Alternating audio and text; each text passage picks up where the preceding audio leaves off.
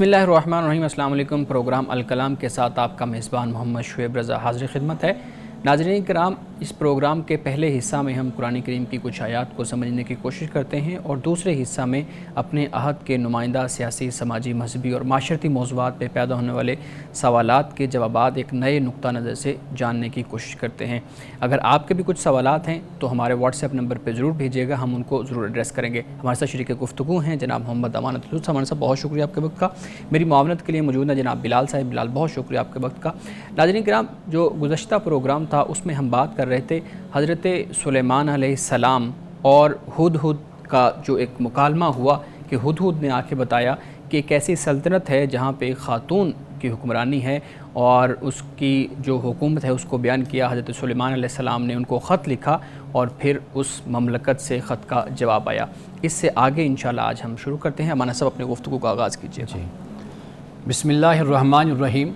خواتین و حضرات، کل ہم نے یہاں پر بات ختم کی تھی کہ حضرت سلیمان علیہ السلام نے اپنے درباریوں سے یہ فرمایا تھا کہ کون ہے کہ جو تخت میرے پاس لائے؟ قال عفریت من الجن، تو ایک جنوں میں سے عفریت تھا جو بڑا جن تھا، تو اس نے کہا کہ انا آتی کا بھی قبل ان تقوم من مقامک، کہ آپ کی مجلس اور دربار کے برخاست ہونے سے پہلے میں وہ تخت لا سکتا ہوں۔ وَإِنِّي عَلَيْهِ لَقَوِيٌّ أَمِينٌ، اور یہ کہا کہ میں اس پر قدرت بھی رکھتا ہوں اور میں امانت دار بھی ہوں۔ قال الذی عنده علم من الکتاب، کہا اس نے کہ جس کے پاس کتاب کا علم تھا، انا آتی کا بھی قبل ان یرتد الیک طرفک، کہ میں پلک جھپکنے سے پہلے یہ تخت میں آپ کے پاس لا سکتا ہوں۔ فلما رآہ مستقرا عنده قال ھذا من فضل ربی، تو وہ تخت اسی وقت حضرت سلیمان علیہ السلام کی دربار میں وہ شخص لے آیا۔ قرآن مجید کہتا ہے کہ پھر جب اس نے تخت کو اپنے پاس رکھا ہوا دیکھا، یعنی حضرت سلیمان علیہ السلام نے، تو اس نے کہا کہ یہ میرے رب کا فضل ہے، لیبلونی اشکر ام اکفر، کہ تاکہ وہ مجھے پرکھے، مجھے جانچے، میرا امتحان لے کہ میں شکر کرتا ہوں یا ناشکری۔ ومن شکر فانما یشکر لنفسہ، اور جو شکر کرتا ہے تو وہ اپنے لیے شکر کرتا ہے، یعنی اس کا فائدہ اس کو اپنی ذات کو ہی ہوتا ہے۔ ومن کفر فان ربی غنی کریم، اور جس نے ناشکری کی تو میرا رب بے نیاز کرم کرنے والا ہے، یعنی شکر کرنے سے بھی فائدہ انسان کو خود ہوتا ہے اور جو ناشکری کرتا ہے اس کا نقصان صرف اسی کو ہوتا ہے۔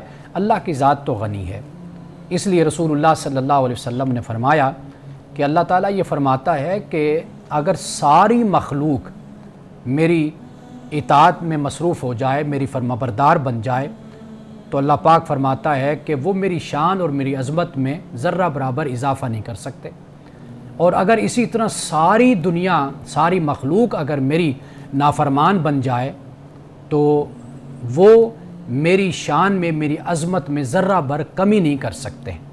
تو گویا کہ انسان کا شکر کرنا اور انسان کا کفر کرنا، یہ دونوں اس کے اثرات انسان کے اپنی ذات پر اور اپنی شخصیت پر ہوتے ہیں۔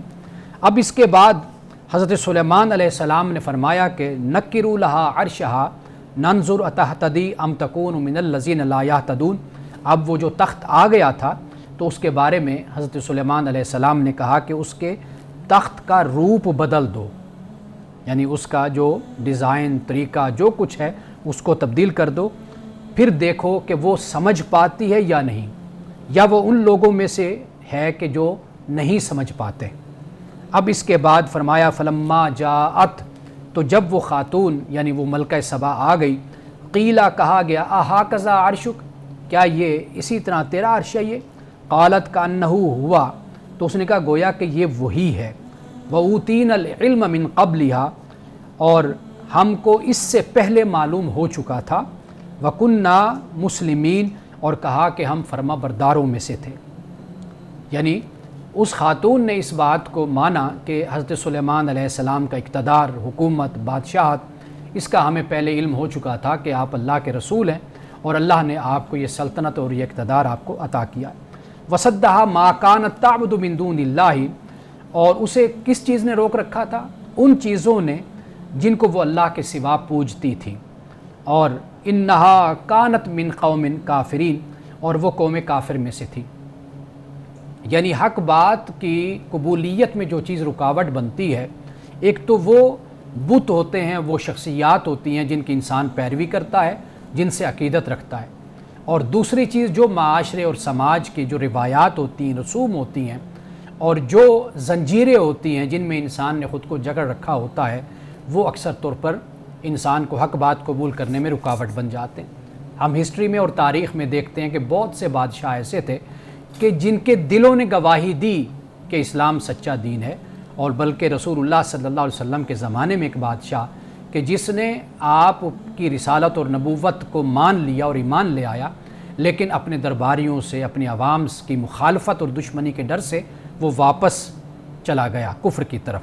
تو ایسا بھی ہوا۔ تو یہاں پر جو اللہ پاک یہ فرما رہا ہے کہ روکا کس چیز نے؟ انہوں نے کہ جو اللہ کے سوا جس کی یہ پوجا کرتے تھے وہ رکاوٹ بنے، اور قوم کافر تھی تو اس کی وجہ سے بھی حق بات کی طرف آنا ان کے لیے مشکل تھا۔ لیکن حضرت سلیمان علیہ السلام کا جب پیغام پہنچا تو انہوں نے تسلیم کیا اور پھر سر کو جھکا دیا۔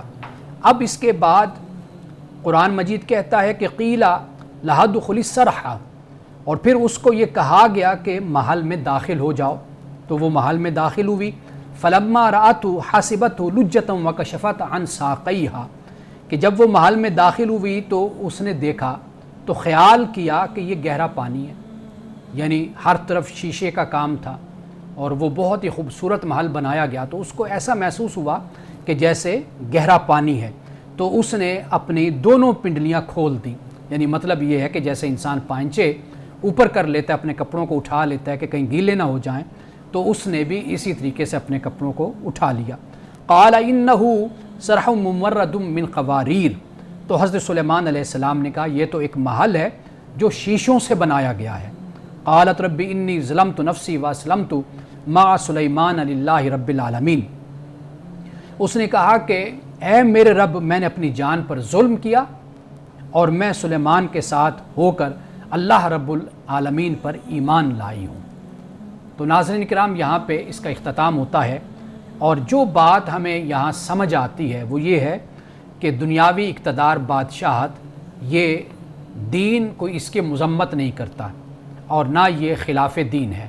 حضرت سلیمان علیہ السلام کے زمانے میں سب لوگ خوشحال تھے، غربت نہیں تھی، مفلسی نہیں تھی۔ کہا جاتا ہے کہ سونا عام تھا، اتنا کہ چاندی کی کوئی اہمیت نہ رہی، یعنی لوگ سونا خرید لیتے تھے، لوگوں کے پاس سونا تھا اور وافر رزق لوگوں کو مہیا تھا۔ تو ایسے ماحول میں حضرت سلیمان علیہ السلام نے یہ محلات تعمیر کروائے تھے۔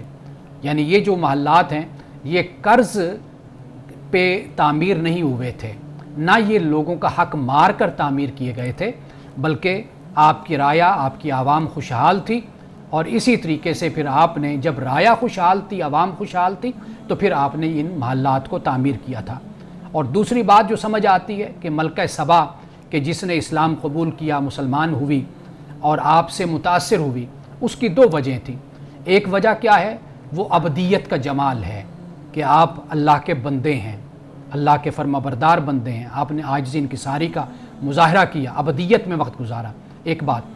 اور پھر اس کے ساتھ جو خسروی شان ہے، یعنی ایک شوکت، ایک روب، ایک دبدبہ، اور ایک ریاست اور سلطنت کا جو ایک دبدبہ ہے اور اس کا روب ہے، وہ جب دونوں چیزیں آپس میں ملی تو اس نے اصل میں ملکہ سبا کو متاثر کیا۔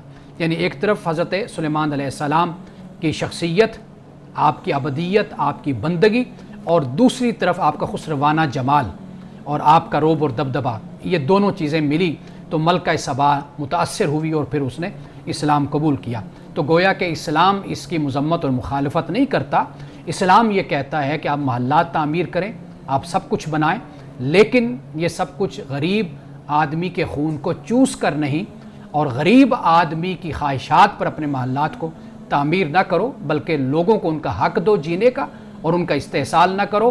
لوگ خوشحال ہوں، لوگ وافر رزق رکھنے والے ہوں، اور لوگوں کو اللہ کی نعمتیں میسر ہوں، تو پھر بے شک جو حکمران ہیں، بادشاہ ہیں، امیر ہیں، کبیر ہیں، جو بھی ہیں، وہ پھر محلات تعمیر کریں تو اس کی کوئی مخالفت اور کوئی مذمت بھی اللہ کی طرف سے نہیں ہے۔ ناظرین کرام، یہاں پہ وقت ہوا جاتا ہے ایک بریک کا، ہمارے ساتھ رہیے۔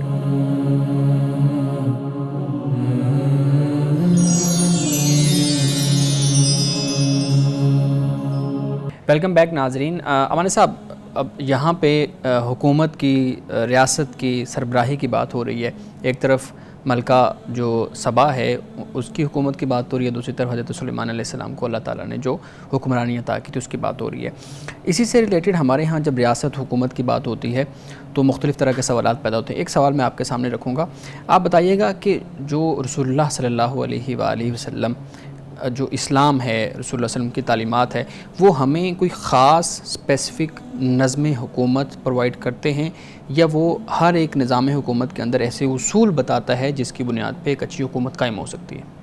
دیکھیے، قرآن مجید نے ایک بنیادی بات بیان کی ہے، وہ یہ ہے کہ مسلمانوں کے جو سیاسی معاملات ہیں، مسائل ہیں، ان کو مشورے سے حل کیا جائے گا۔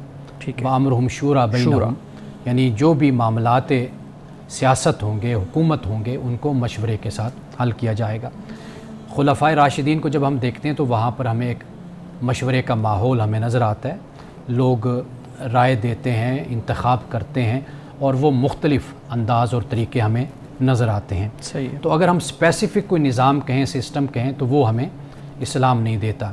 ایک تو بنیادی بات یہ ہو جاتی ہے کہ جہاں پر بھی مسلمانوں کا کوئی نظم قائم ہوتا ہے، سیاسی نظم قائم ہوتا ہے، تو وہاں پر بنیادی بات یہ ہے کہ وہ نظم اور وہ سیاسی نظام جو چلایا جائے گا، وہ چلایا جائے گا مسلمانوں کے باہمی مشورے کے ساتھ۔ صحیح ہے، مشاورت کے ایک ساتھ۔ تو یہ چیز ہو جائے گی۔ دوسری بات یہ ہے کہ اسلام جو اخلاقی تعلیمات ہمیں دیتا ہے، اور خاص طور پر جس میں عدل اور قسط کی ہمیں تعلیم دی جاتی ہے، عدل اور قسط یہ اتنی بڑی بات ہے اور اس کی اتنی تاکید ہے کہ قرآن مجید میں اللہ تعالیٰ نے اعدلوا واقربوا للتقویٰ فرمایا کہ عدل کرو کہ یہ تقویٰ کے قریب ہے۔ اور جہاں پر یا ایھا الذین آمنوا اللہ پاک جب فرماتا ہے تو گویا کہ یہ مسلم معاشرے کے جو اجتماعیت ہے اس کو اصل خطاب کیا جا رہا ہے کہ جو لوگ ذمہ دار ہیں، بڑے ہیں، اجتماعی طور پر ان کو یہ چاہیے کہ وہ عدل کے ساتھ، قسط کے ساتھ وہ کھڑے ہوں۔ تو لہٰذا اس طرح ہم اس بات کو بیان کر سکتے ہیں کہ ایک تو مشورہ اور معاملات کو مشورے کے ساتھ لے کر چلنا ہے، آمریت ڈکٹیٹرشپ نہیں ہے، ڈنڈا نہیں ہے، ٹھیک، باہمی مشورہ ہے۔ اور دوسری بات یہ ہے کہ کسی کے ساتھ بالکل زیادتی نہ ہو پائے، تو عدل کو قائم کر کے چلنا ہے۔ تو یہ دوسری بات ہو جاتی ہے۔ یہ عدل اتنی بڑی اصطلاح ہے کہ اس میں پھر وہ ایکویلٹی، مساوات اور دیگر جو معاملات ہیں وہ سب کے سب آ جاتے ہیں، جس کو آپ میرٹ بھی کہتے ہیں کہ بھئی آپ جب بھی معاشرے میں عدل اور قسط کریں یا نظام قائم کریں تو میرٹ پر آپ قائم کریں، تو اس میں میرٹ بھی آ جاتا ہے۔ تو اس طرح دیگر جو معاملات ہیں وہ سب کے سب پھر اسی میں شامل ہو جاتے ہیں۔ ٹھیک ہے۔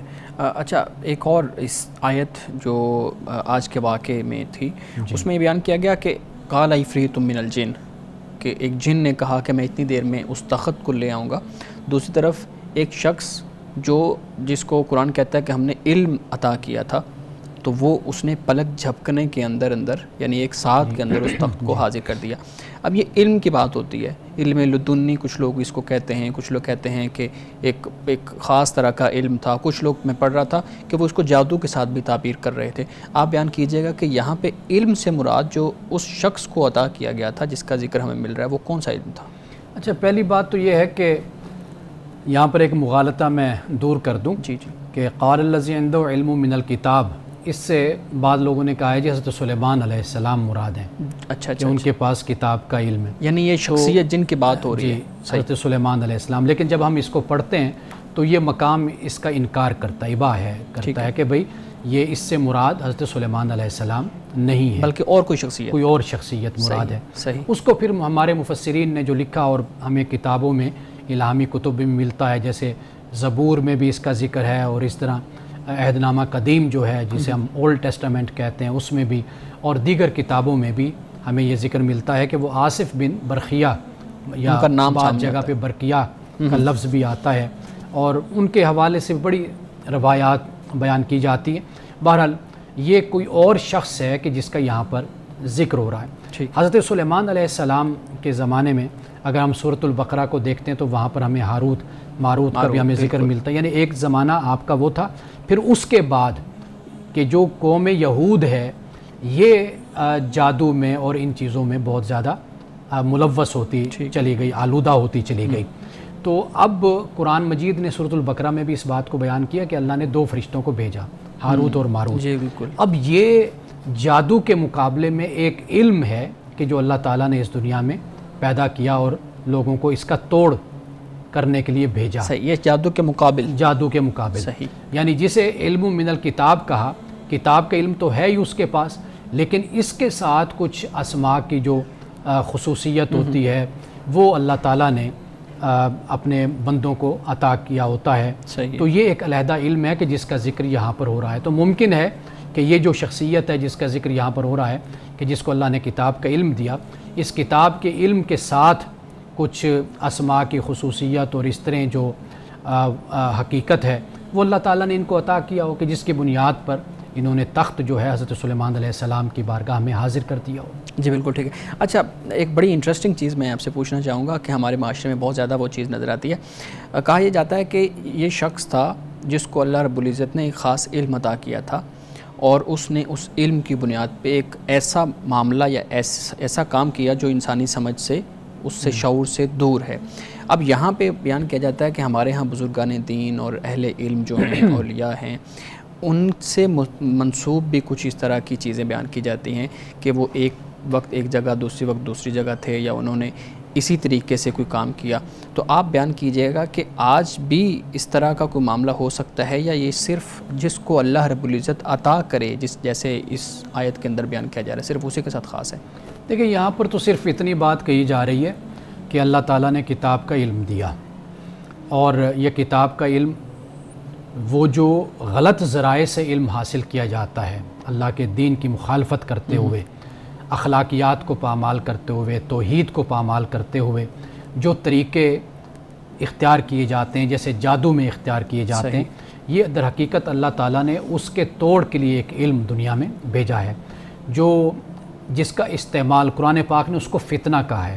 اور آپ جانتے ہیں کہ فتنہ وہ ہوتا ہے کہ جس کا صحیح استعمال تو ہوتا ہی ہے، اس کا غلط استعمال ہونے کا بھی امکان موجود ہوتا ہے۔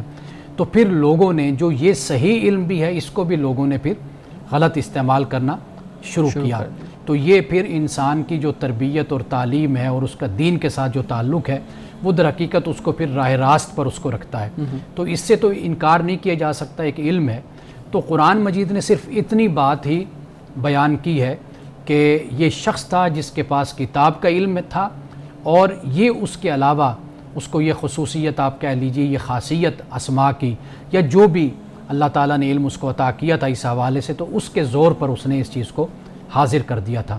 باقی جو معاملات ہیں وہ نبوت کے حوالے سے تو معجزہ ہمارے سامنے ہے، بالکل، اس پر تو کوئی کلام نہیں ہے۔ قرآن پاک نے بھی اس کو بیان کیا ہے، اور احادیث رسول صلی اللہ علیہ وسلم نے بھی اس کو بیان کیا ہے۔ رسول اللہ کے خود معجزات کو وما رمیت اذ رمیت ولکن اللہ رمی کی صورت میں بھی قرآن پاک نے بیان کیا ہے۔ باقی جو علم کا معاملہ ہے، جس کے پاس کتاب کا علم ہے، قرآن پاک نے کہا کہ یہ ایک خاص خصوصیت ہے، یہ خاص ایک جسے کہہ لیجئے صلاحیت ہے جو اللہ تعالیٰ کسی کو عطا کر دیتا ہے، یہ اس کتاب کے علم سے ایک علیحدہ چیز ہے۔ تو اگر آج کے دور میں بھی کوئی اس کو حاصل کرتا ہے تو وہ کر سکتا ہے۔ ناظرین کرام، یہاں وقت ہوا چاہتا ہے ایک بریک کا، ہمارے ساتھ رہیے۔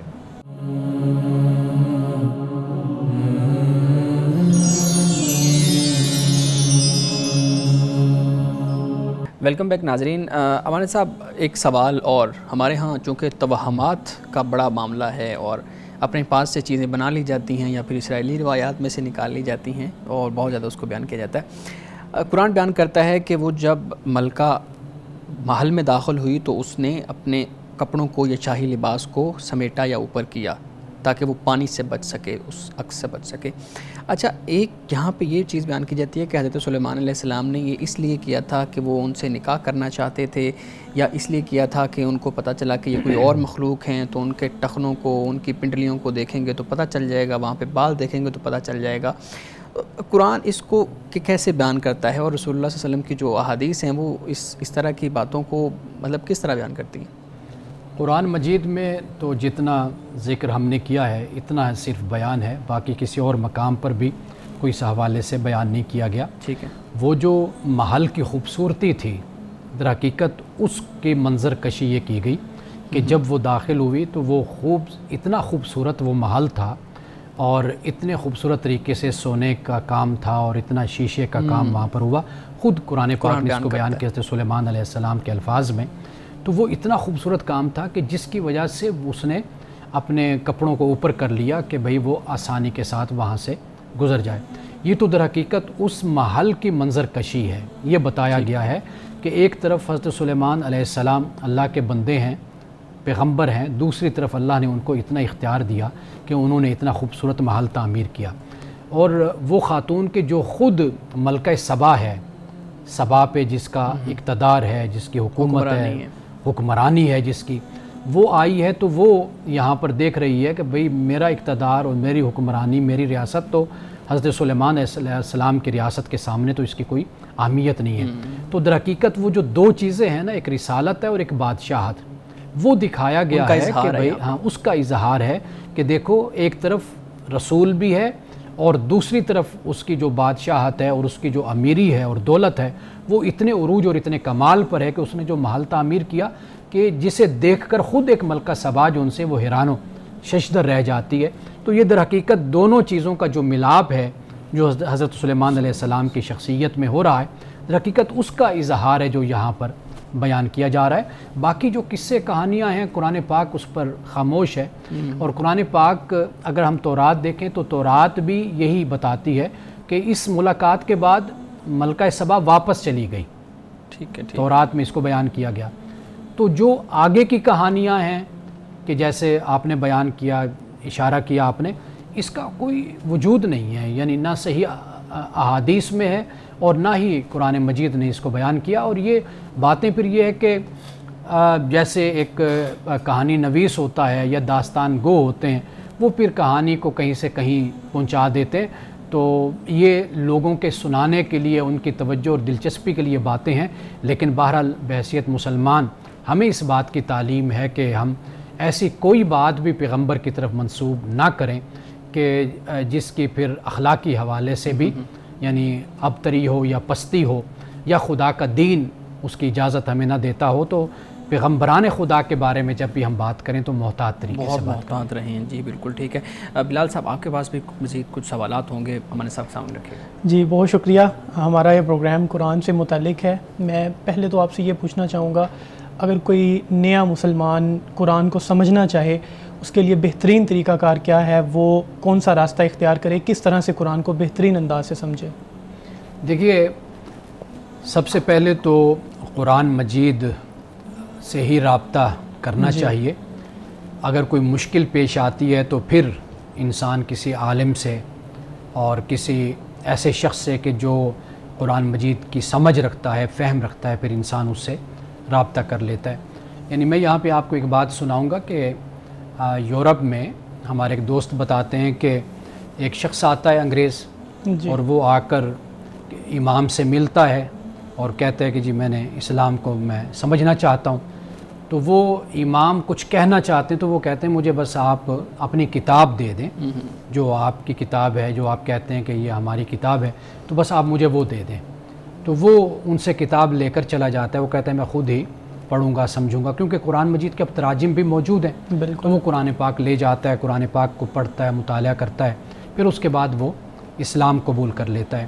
تو بہتر طریقہ یہ ہے کہ خود قرآن سے اگر رابطہ کیا جائے، پڑھا جائے، تو قرآن مجید تذکیر کرتا ہے، نصیحت کرتا ہے، تزکیہ نفس کرتا ہے، انسان کو وہ چیزیں سمجھاتا ہے کہ جس کے انسان متلاشی ہوتا ہے، جس کی جستجو رکھتا ہے۔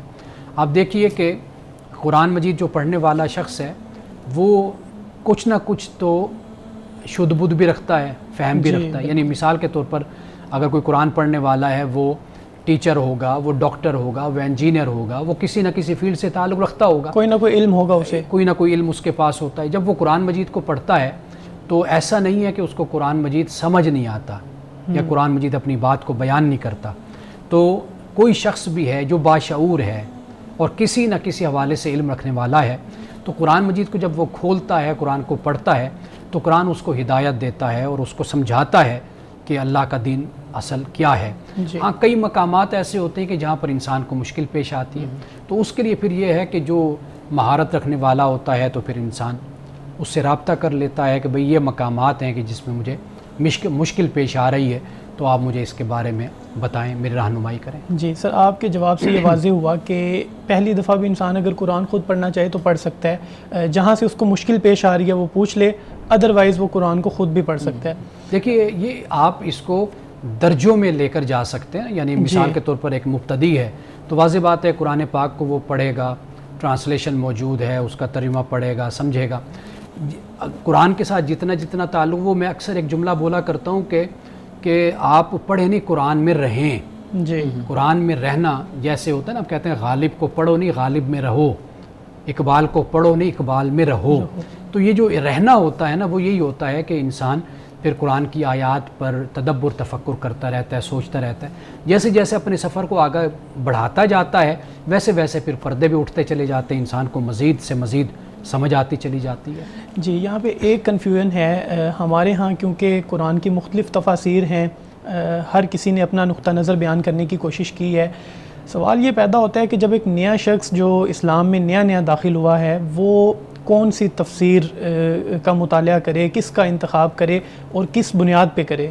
دیکھیے سب سے پہلے تو قرآن مجید کو ہی پڑھنا چاہیے جی، سادہ طریقے سے، یعنی اس کی زبان اس کی ٹرانسلیشن جو ہے، اوریجنل ٹیکسٹ، مثال کے طور پر کوئی انگلش سمجھتا ہے تو انگلش میں اٹھا لے، کوئی فرینچ میں ہے فرینچ لے لے، کوئی اردو میں اردو لے لے، فارسی والا فارسی میں لے لے، تو کم از کم وہ جو بنیادی چیز ہے اس کو ضرور پڑھے قرآن مجید کو اپنی زبان میں۔ پھر جیسے میں نے بتایا کہ اگلا مرحلہ پھر ہوتا ہے کہ انسان اس سے آگے بڑھنا چاہتا ہے، تو پھر واضح بات ہے پھر ایڈوانس ایک صورت بن جاتی ہے، پھر انسان اس میں قدم رکھتا ہے۔ ایسے ہی ہوتا ہے نا، گریجولی انسان آگے بڑھتا چلا جاتا ہے تو مزید مسائل کو سمجھتا چلا جاتا ہے۔ اگر آپ اردو کی بات کرتے ہیں تو اردو میں 2-3 تفاسیر میں سمجھتا ہوں کہ اگر انسان ان کو ایک مسلمان اپنے مطالعے میں رکھے، اردو دان جو سا ہے، جیسے تفہیم القرآن ہے مولانا مودودی کی ہے، اس کو اپنے مطالعہ میں رکھ لیں۔ اسی طرح ایک تفسیر ہے اپنا تدبر قرآن ہے، اس کو اپنے مطالعے میں رکھ لے۔ تیسری تفسیر پیر کرم شاہ صاحب کی میں کہتا ہوں ضیاء القرآن ہے، اس کو اپنے مطالعے میں رکھ لے۔ یہ 3 تفاسیر میں اکثر طور پر اپنے دوستوں کو جو مجھ سے پوچھتے ہیں میں ان کو کہتا ہوں۔ اس کا فائدہ یہ ہے کہ آپ اگر ایک آیت کو سمجھنا چاہتے ہیں، ویسے تو بہت سے اور تفاسیر بھی ہیں کہ آپ ان میں دیکھ لیتے ہیں، لیکن کم از کم یہ ہے کہ آپ ان تینوں کو اٹھائیں گے تو ایک مختلف نقطہ نظر آپ کے سامنے آتا ہے۔ تو قرآن مجید کو جب آپ پڑھیں گے تو ساتھ ساتھ ان تفاسیر کا بھی مطالعہ کرتے جائیں گے، تو اس طریقے سے آپ کو ایک مختلف نقطہ ہائے نظر بھی نظر آتے ہیں، سمجھ آتے ہیں۔ دوسرا یہ کہ آپ خود بھی آہستہ آہستہ اس قابل ہوتے چلے جاتے ہیں کہ آپ قرآن مجید کو سمجھتے ہوئے آگے بڑھیں۔ جی ناظرین کرام، یہاں وقت ہوا چاہتا ہے ایک بریک کا، ہمارے ساتھ رہیے گا۔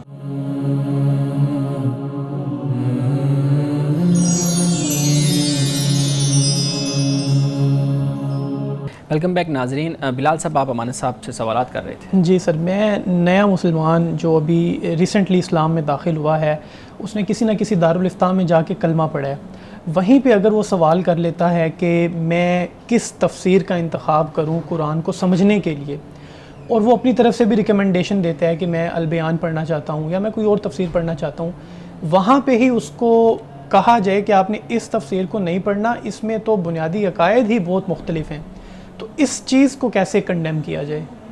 دیکھیے پہلی بات تو یہ ہے کہ جو علماء ہیں وہ حکمت سے کام لیں، اس بات کو سمجھیں کہ ایک شخص ابھی اسلام میں داخل ہوا ہے، جی، اس کو جن باتوں کی ضرورت ہے ایک مسلمان کی زندگی گزارنے کے لیے، اس کو ترجیح دیں۔ یعنی پہلی بات کیا ہے، اس کو نماز کے بارے میں، اللہ کے بارے میں پہلے بتائیں، توحید ہے، رسالت ہے، کتب ہے، یوم آخرت ہے، یہ چیزیں عقائد سے متعلق ہوگی۔ جی، پھر نماز کا معاملہ ہوتا ہے کہ وہ نماز پڑھے، یہ چیز ہے، روزہ ہے، زکوٰۃ ہے، حج ہے۔ پھر اخلاقیات کے معاملات ہوتے ہیں کہ بھی اللہ کی طرف سے آپ پر یہ فرض کیا گیا کہ والدین ہیں، آپ ان کے حقوق ادا کریں، بیوی بچے ہیں، ان کے ہیں، رشتہ دار ہیں، یہ ایک ترتیب اللہ تعالیٰ نے قرآن مجید میں بیان کی ہے۔ جی، تو ایک تو یہ باتیں ہوتی ہیں۔ باقی جو اختلافات ہیں، اس کا درجہ جو ان سا ہے یا اس کا جو موقع ہے یہ بہت بعد میں ہوتا ہے. سب سے پہلے تو ایک اچھا مسلمان بننے کے لیے ضروری نہیں ہوتا کہ آپ فلاں فرقے کو مانیں گے تو آپ ایک اچھے مسلمان بنیں گے، فلاں کا انکار کریں گے تو ایک اچھے مسلمان بنیں گے. اسلام جو تعلیم دیتا ہے وہ تمام فرقوں میں، تمام مسالک میں مشترکہ تعلیمات ہیں. تو سب سے پہلے تو اس پر عمل کرنا لازم ہے، اس کی تعلیم ہونی چاہیے. پھر جب اس کے بعد کوئی صورت بنتی ہے کہ وہ آپ میں رچ بس جاتا ہے تو پھر ہوتا ہے کہ بھئی اس کو خود بھی ان باتوں کا علم ہو جائے گا. وہ جب جائے گا مسلمانوں میں دیکھے گا کہ یہ جو آگے کے جو اختلافات ہیں ان کی حیثیت ثانوی ہو جاتی ہے، یعنی یہ فروعی اختلافات ہیں کہ جو مسلمانوں کے باہم فرقوں کے درمیان ہیں، یہ پھر اگلا ہے. اور یہ جو سوالات ہیں نا، یہ جو مسائل ہیں، یہ قیامت کے دن اللہ نے نہیں پوچھنے. جی جن کے بارے میں اللہ نے سوال کرنا ہے، ہمیں یہ چاہیے کہ جو نو مسلم آتا ہے تو ہم اس کے لیے اس کو تیار کریں، نہ یہ کہ ہم ان سوالات کے جوابات کے لیے اس کو تیار کرنا شروع کر دیں کہ جن کے بارے میں اللہ تعالیٰ نے قیامت کے دن ہم سے نہیں پوچھنا. جی سر، بہت شکریہ. یہ تو ان کے لیے جواب ہو گیا جو نئے اسلام میں داخل ہوئے ہیں.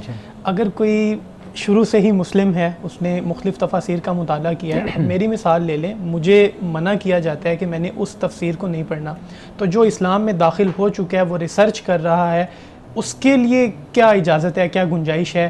وہ اس طرح کا مطالعہ کر سکتا ہے ڈائیورسٹی کے ساتھ؟ دیکھیں، میں نے عرض کیا کہ اس میں اگر آپ اپنے رجحان کو مد نظر رکھیں گے، آپ اس کے مطابق چلیں. جی یعنی مثال کے طور پر اگر آپ بہت زیادہ علمی تفسیر کو دیکھنا چاہتے ہیں اور آپ چاہتے ہیں کہ بھئی فکری حوالے سے آپ کی رہنمائی ہو اور آپ کسی حد تک اردو سے، عربی سے شناسا بھی ہیں اور بہت اچھے طریقے سے جانتے ہیں، تو پھر بے شک آپ ایک ایسی تفسیر کو اٹھائیں کہ جو عربی کے حوالے سے ہو یا عربی زبان میں ہو یا اردو میں ہو تو ذرا لیول اس کا مشکل یہ اور ہو، ادق قسم کی تفسیر یعنی اس کا یہ لیول ہو. پھر آپ کا یہ رجحان ہوتا ہے. آپ کا یا دوسرا رجحان یہ ہے کہ بھئی جیسے ایک عام تفسیر ہے کہ جس میں تذکیر ہو، نصیحت ہو، اخلاقی حوالے سے آپ کی اصلاح ہو، مشکل مسائل اس میں بیان نہ کیے گئے ہوں، ان کو ڈسکس نہ کیا گیا ہو، اس طریقے سے بیان کیا گیا ہو کہ ایک عام آدمی سمجھ سکے. اگر آپ کا یہ ذوق ہے تو آپ اس طریقے سے پھر اس تفسیر کو اٹھا لیں. اگر آپ یہ دیکھتے ہیں کہ اعتقادی حوالے سے اور نظریاتی حوالے سے، فلسفیانہ حوالے سے آپ مسائل کو سمجھنا اور دیکھنا چاہتے ہیں، پھر آپ اس طرح کی تفسیر. یہ جو اس انداز سے تفریق پیدا کر دی جاتی ہے، اس کا پھر نقصان ہوتا ہے. اصل خود ایک طالب جو انسا ہے، طلبگار، یہ اس پہ ڈیپینڈ کرتا ہے کہ وہ کیا چاہتا ہے، کس طرح آگے بڑھنا چاہتا ہے. لیکن بنیادی طور پر جو قرآن کا فلسفہ ہے، قرآن کا جو مقصد ہے، وہ ہدایت ہے. آپ کو آپ کی زندگی میں اس قابل بنانا ہے کہ آپ کل اللہ کی بارگاہ میں حاضر ہوں آخرت میں تو آپ سرخرو ہو سکیں. یہ بنیادی مقصد ہے قرآن پاک کا. آپ کو یہ یاد کرانا ہے کہ آپ یہاں پر فانی ہیں، آپ کی زندگی عارضی ہے، آپ نے کل اللہ کی بارگاہ میں حاضر ہونا. یہ قرآن کا مقصد ہے. تو جب آپ بنیادی مقصد کو حاصل کرتے ہیں، آپ سمجھتے ہیں، پھر اس کے بعد دیگر مسائل ہوتے ہیں کہ جن کی جستجو، کریوسٹی آپ رکھتے ہیں، کہ آپ سمجھنا چاہتے ہیں کہ امت نے ان مسائل کو کس طرح سمجھا، علماء نے، فقہا نے. وہ پھر ایک علیحدہ کیٹیگری بنتی ہے، ایک علیحدہ درجہ بنتا ہے کہ جہاں پر پھر لوگ جا کر پھر ان چیزوں کو پڑھتے اور سمجھتے بھی ہیں. جی، آپ نے بہت اچھی طرح سے اس کو بیان کیا. آپ یہ بتائیے گا کہ تیمم کا بنیادی کنسیپٹ کیا ہے اسلام میں؟ ظاہری طور پہ دیکھیں تو آپ مٹی کے ساتھ وہ اراکین ادا کر رہے ہیں، لیکن اس میں ظاہری طور پہ کوئی طہارت نظر نہیں آ رہی. تو اس کا بنیادی تصور کیا ہے؟ اصل میں اس کا جو بنیادی تصور ہے نا، عبادت میں ہوتا اس طریقے سے ہے کہ ایک عبادت اگر انسان نہیں کر پا رہا، نہیں کر سکتا، تو اس جیسی عبادت کو نافذ کر دیا گیا، فرض کر دیا گیا، آلٹرنیٹ کے طور پر. ہاں، آلٹرنیٹ کے طور پر. وہ ایک تو اسلام جو دین فطرت ہے، آپ دیکھیے کہ اس میں ایک فلیکسیبلٹی ہے، لا نکلف نفسا الا وسعها. مثال کے طور پر ایک شخص مریض ہے، بیمار ہے، وضو نہیں کر سکتا. اب اگر اللہ کی طرف سے کوئی آپشن ہی نہ ہوتی تو کتنا مشکل ہو جاتا پھر بالکل اس کے لیے. تو اللہ تعالیٰ نے ایک آپشن رکھی، یعنی کہ ایک عبادت اگر آپ ادا نہیں کر پا رہے تو اللہ تعالیٰ نے اس کی شبیہ آپ کہہ لیجئے اس جیسی ایک عبادت اللہ نے مہیا کر دی. اچھا، اس کا جو سب سے بڑا فائدہ نفسیاتی حوالے سے ہوتا ہے وہ یہ ہوتا ہے کہ آپ کا تعلق عبادت کے ساتھ کٹتا نہیں ہے، وہ قائم رہتا ہے.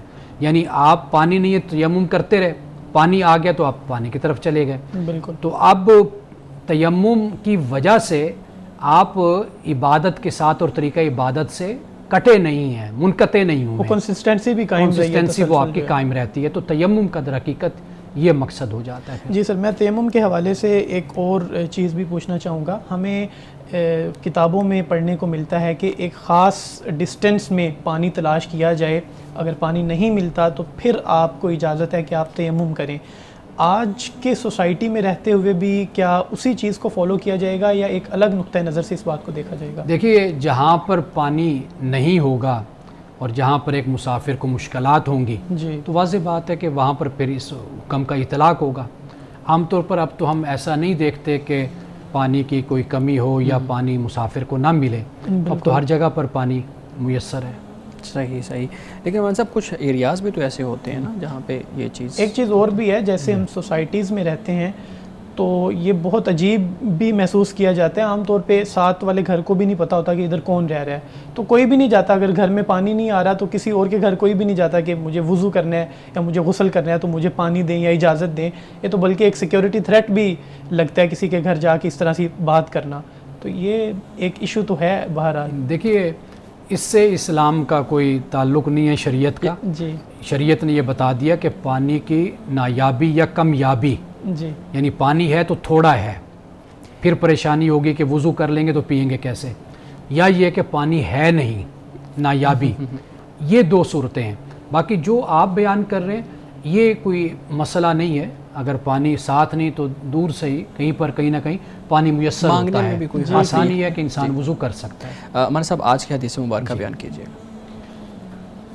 حضرت ابو ہریرہ رضی اللہ تعالی عنہ سے یہ روایت ہے کہ رسول اللہ صلی اللہ علیہ وسلم سے روایت کرتے ہیں کہ آپ نے فرمایا کہ منافق کی 3 نشانیاں ہیں.